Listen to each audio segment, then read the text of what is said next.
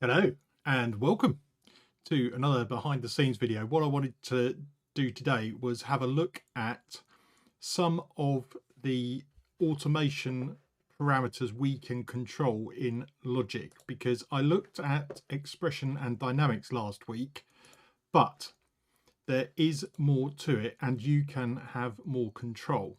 So don't forget to like and subscribe if this is your sort of thing. Tell everybody about it as well. So expression is here, and it is a percentage of whatever you've set the track volume at. And dynamics is how hard the player blows, bows, hits the instrument that you are controlling. So those are two basic parameters. And we looked at automating them last week, but I often use a program called Touch OSC on an iPhone 8. It's just attached to the desk, and I've programmed it to have 3 sliders on it, and it is brilliant. But depending on your hardware, you can choose different CCs, so continuous controllers, MIDI continuous controllers, and they are mapped normally in advance, but if they aren't, you can add your own. So here, for example, I could, for dynamics, I could remove that, and then I could choose to learn. Okay, so I'm just twiddling a knob on the keyboard, and if I right click now, it's saying, oh, I've assigned CC20. So without me having to find out what the actual button is, all you do is learn CC and twiddle or press the button to assign it to a particular parameter. So I can now play while twiddling to alter the expression. So that's super easy. A useful tip is, if pretty much you can right click something, you can probably automate it. Let's have a look at a contact instrument. That could be interesting. In fact, this probably will form the basis of next week's tip. What should we use? Let's just try Sequus, see what's in there. Okay, so here we go. We've got a sound.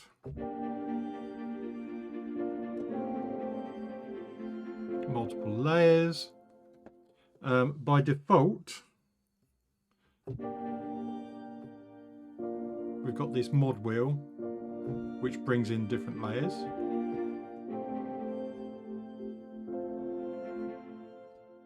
But what if I wanted even more control over that? Could I change that? So let's have a look in editing.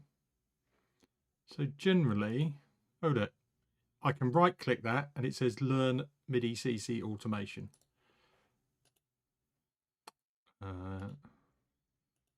Oh, I can learn that. So that is for turning the different sections on. So the mod wheel goes through and edits the different volumes. You can see on the left here, it's changing how much is part of the track. So this is going to be a button, because it's either going to be on or off. Let's try, let's pick, I don't know, 39. Okay, so that button now is controlling that part. I should be able to do that for all of them. Let's go to the next button.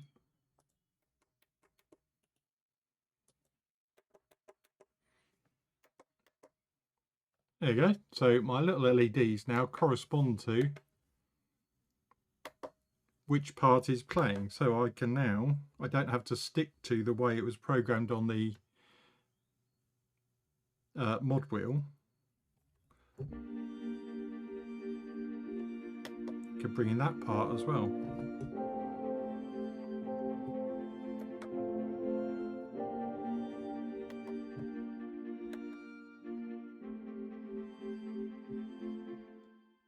Brilliant. So that's handy to know.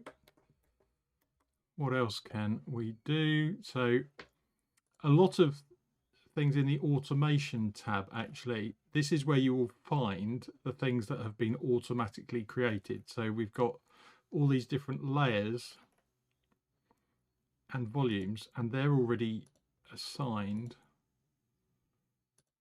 to different parameters. So anything that could be controlled is gonna generally be shown up in there. Let's have a look at a different instrument in Contact.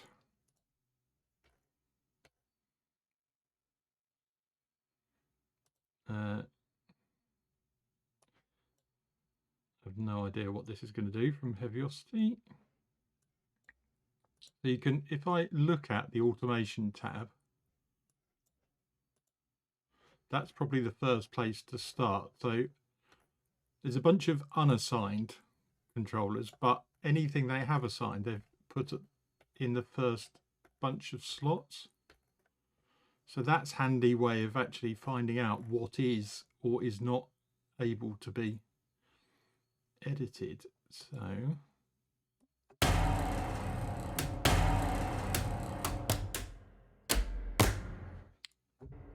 equally, let's try and right click. There you go. Learn CC automation. Let's turn a button.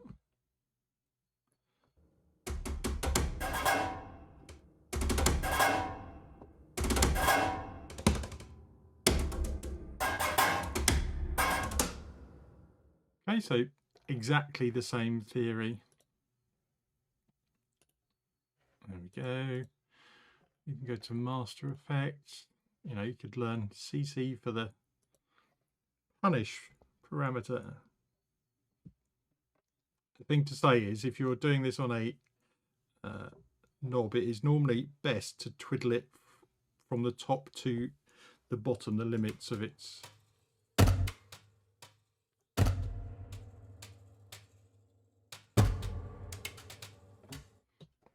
And now if we record that, for example,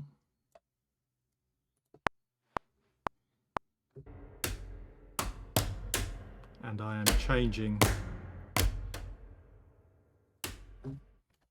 that parameter as we go, what you can do is then look in the automation parameters, and here's something to notice actually.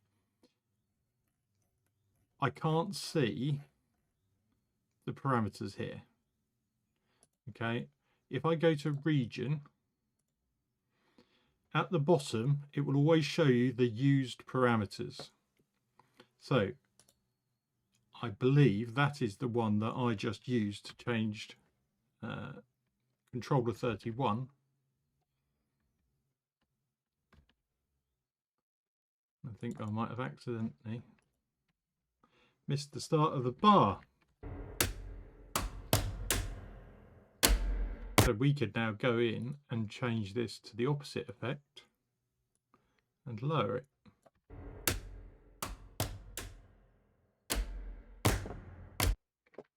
Okay, interesting, all good fun. Some other things about automation.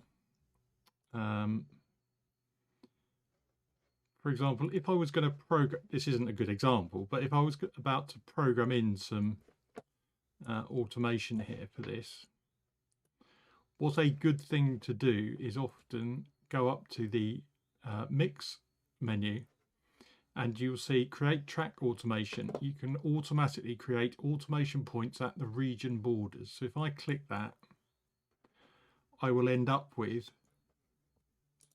2 points now. If I actually go to region,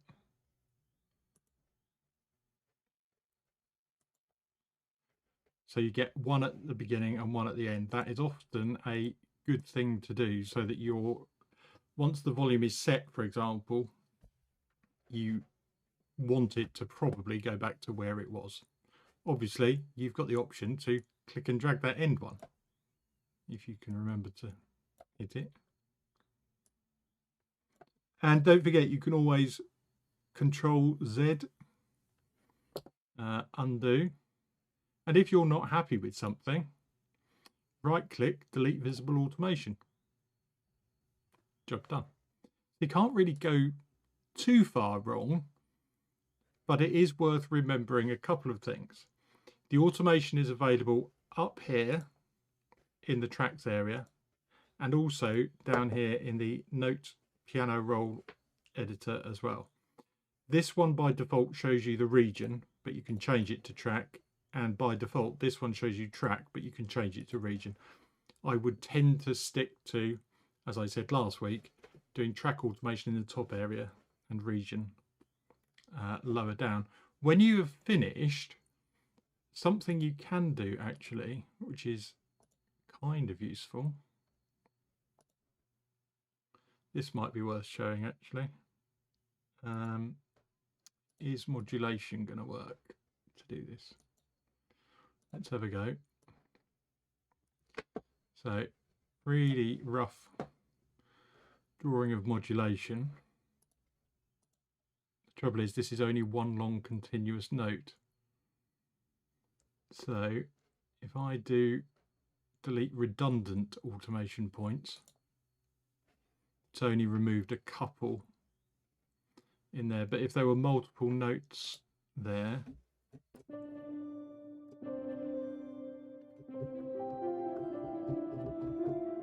let's try that.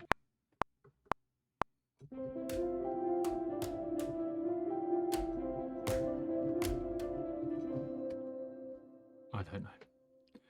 For example, if I changed or drew in volume like that, that might be a bit more obvious. If we delete redundant automation, still not that many. And the other thing to probably mention is there is an automation setting here. So by default, holding the option for stepped editing is probably what you're on. You can choose for it to be stepped, and then you have to hold option for it to do curved editing. So let's just show you, if I hold down option and try and draw a curve, this time it's going in steps. So every time a note is present, that's when it needs to change that particular bit of automation. So it will do it in steps rather than doing the smoother curve. If you want a smoother curve, that's a good point actually. What I would do is draw your line in, and don't forget there is this automation curve tool. When you hover over the line, you can click and drag. Now if I drag it up, I get more of the beginning and then it tails off. If I go down, it does the opposite way. If I go left, you get that S curve, so it drops quicker to start with. And if you drag to the right, you get the drop in the middle. So depending on the effect you want, you've got up, down, left and right to drag that automation control. I pretty much always use that at the end of a track on the master stereo out. So what I would do, if this was the end of a track here, let's get back to the pointer tool.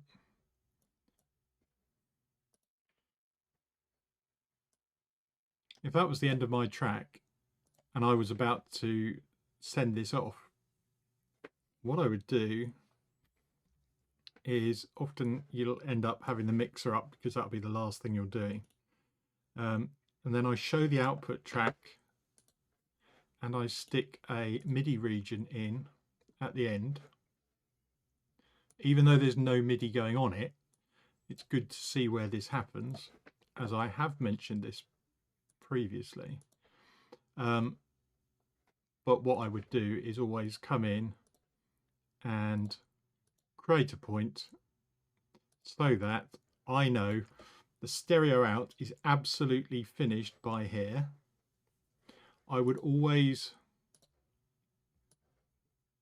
pretty much do that sort of curve, and then when I'm bouncing it, I would make sure the bounce region or the cycle region that's highlighted, so it's going to only bounce that bit of the track, ends there. And that means when I bounce it, everything is finished by that point. I think that's more than enough to try and cover next week in a Logic Pro quick tip. Hope you found that useful. Like and subscribe, always appreciated. And I'll see you in the next video. Bye for now.